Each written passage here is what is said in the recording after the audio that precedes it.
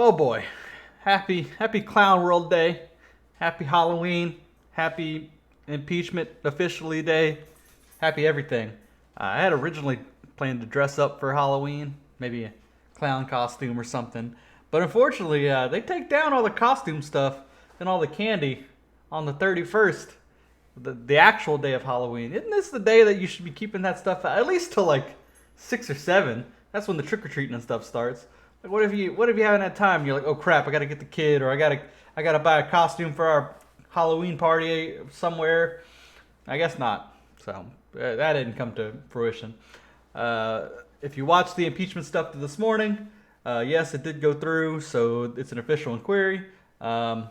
If you, I think the better part of it was watching the Republicans and the Democrats speak afterwards. I mean, the whole leading up to it was more of the same, just like the same talking points they've been having, and then but at the end you could tell how the Republicans are framing it, and you could tell every single one of them had to mention secret bunker or a secret basement in their speech, and you could tell that they were pretty frustrated with the way things have been framed, and they are ready to get into the substance, and they are really hammering Schiff.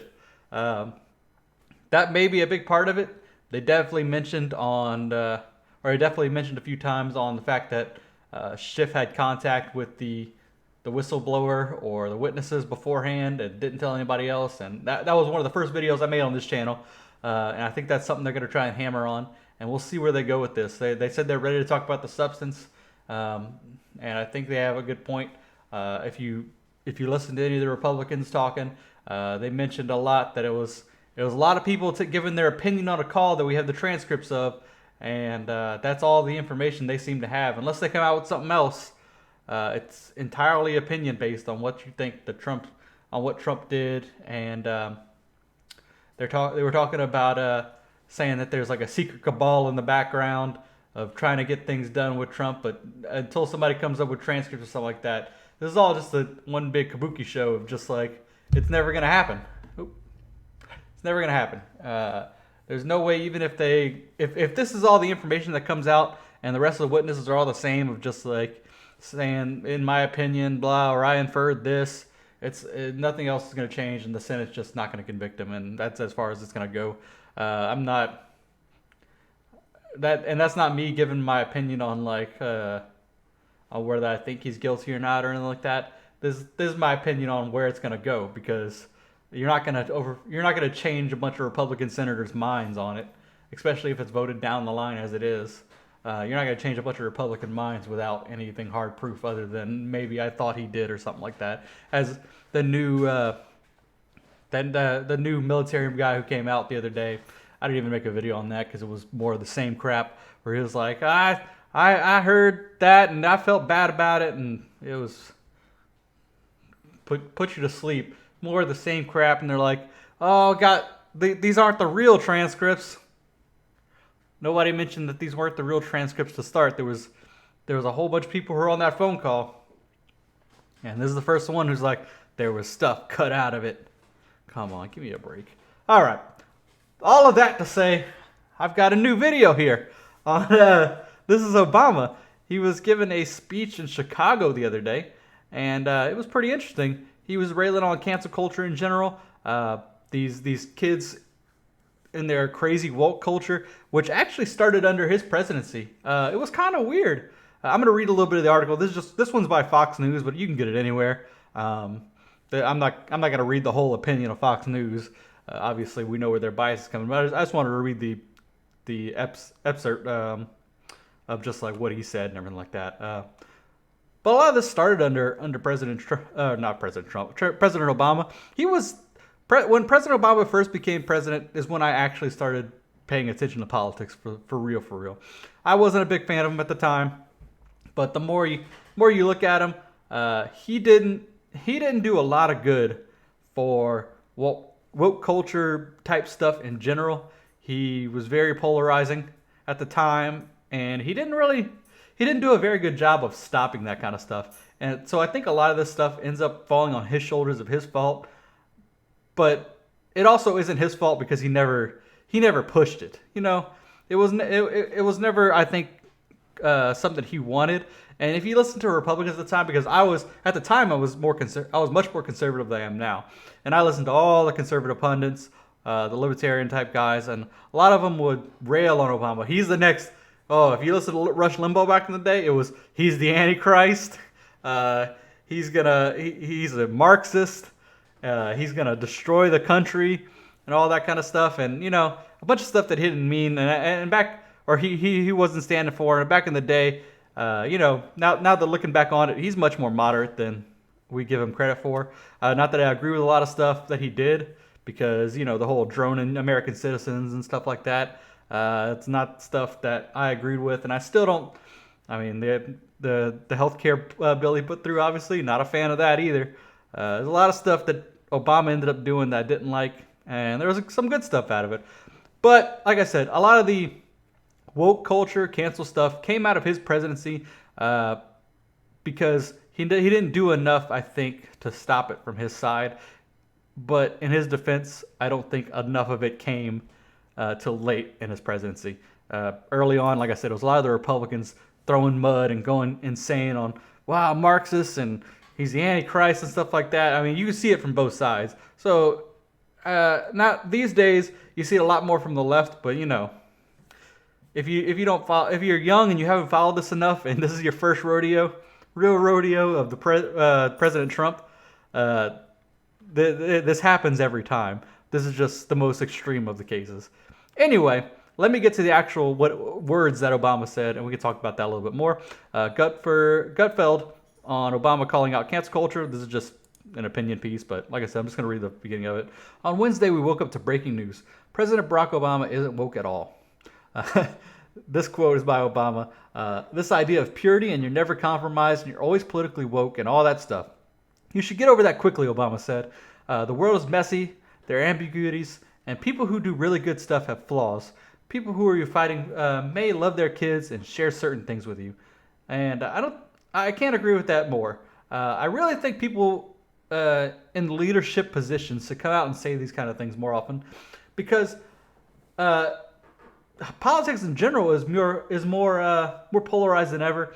And hopefully I can find it. I'll post it up maybe in this video or the next.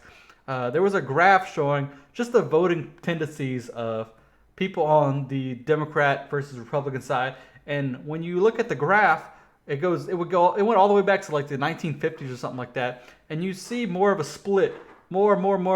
By the time it reached to 2010s to current days, almost no Republicans, Democrats were co-voting on anything. It was almost a dead split down the middle of who was crossing party lines to help pass bills in general.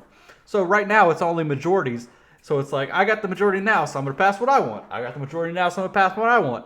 And that doesn't really go towards helping anybody. It just creates bad blood. So when Obama was president, ironically, and they shoved the healthcare bill down our throats, even though nobody wanted it, or a large portion didn't want it. They wanted something else. They wanted to do it slower at least. It created a lot of bad blood with the Republicans and conservatives in general, and that was just another step towards polarization and what this is saying, the woke culture type stuff. He's saying here that you really need to look into somebody whenever you say something like. Whenever you try and shut somebody down with the whole woke stuff and all the cancel culture type stuff, this person may agree with you on 99% of the stuff. It may be somebody like I remember back when Bernie Sanders was running in the last election, and he was talking to a whole crowd, and then suddenly burst in these two girls from, I think it was the Black Lives Matters type stuff, and they shut down his whole speech so they could talk. And even though Bernie was one of their bigger supporters, and he would go on to make speeches and use his Twitter to support them, but that you're just hurting your own cause when you do stuff like that. You make yourself look bad when you attack people who could be your potential ally or agree with you on 99% of the stuff. You make yourself look bad. Or when you attack good people who just disagree with you. good people can always be compromised with. So if you've got people who are conservative and people who are liberal, that doesn't mean you can't find common ground on something. But when you attack somebody and shut them down because you think they have a perceived flaw, you just don't like one thing about them. That means whenever it comes time for something you want, something you think you should compromise on, you can't get it. And the problem is these people in the stupid woke and cancel culture, they paint these people into a box of, wow, they disagree with me here. That means they're racist. That means they hate all LGBT people. That means they're Nazi. They can't be dealt with. You can't talk to them, anything like that. And then it creates this polarization that I talked about before, just with the voting in general, and it's not healthy for anybody. And I think that's what Obama was getting at. It's just not healthy. It's not healthy to disagree with people to the point where you hate them because of their policies, unless they're legitimately evil. And we don't have any of those people. Unless you're talking about Hillary Clinton, you can't talk about anybody who's legitimately evil, I think. These people, 99% of them are just good people who you in a room together and didn't tell you anything about each other, and you weren't allowed to talk about politics. You could probably be good friends with them. And if you couldn't be, that means you're probably racist. And that ends up being the problem, is you are probably sexist, you're probably racist. A lot of these things that these people project onto others, it ends up being on them, because they immediately assume, because of a position you don't like, or because of a flaw they have and your perceived flaw, you assume all kinds of stuff about them. And that is generally the whole. I mean, you can go. I suggest you go ahead and listen to the whole thing. But that's essentially it. The end of the article says, "So will this red-pilled Obama be canceled? Who knows? But I give him a year before he's listening to Rush Limbaugh in a MAGA hat." That's it. I just wanted to mention that a little bit. Short and sweet, but it's very good to see, and I'm happy to see Obama coming out and kind of trying to bridge the divide. Maybe get some more people into the independent section, or the moderates, less polarized than they were before, or not wanting to be engaged at all.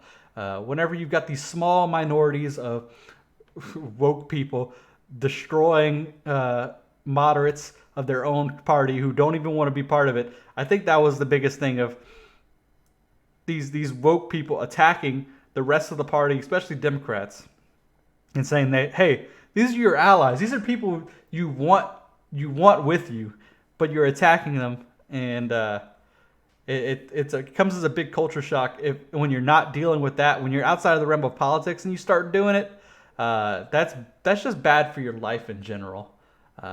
When you start pushing people out of your life, and you gotta have this safe space in your life. You gotta have these.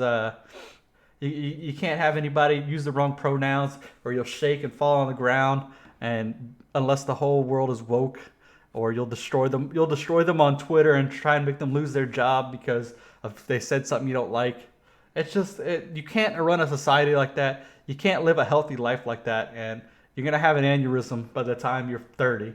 All right, you guys take it easy. I'll see you soon.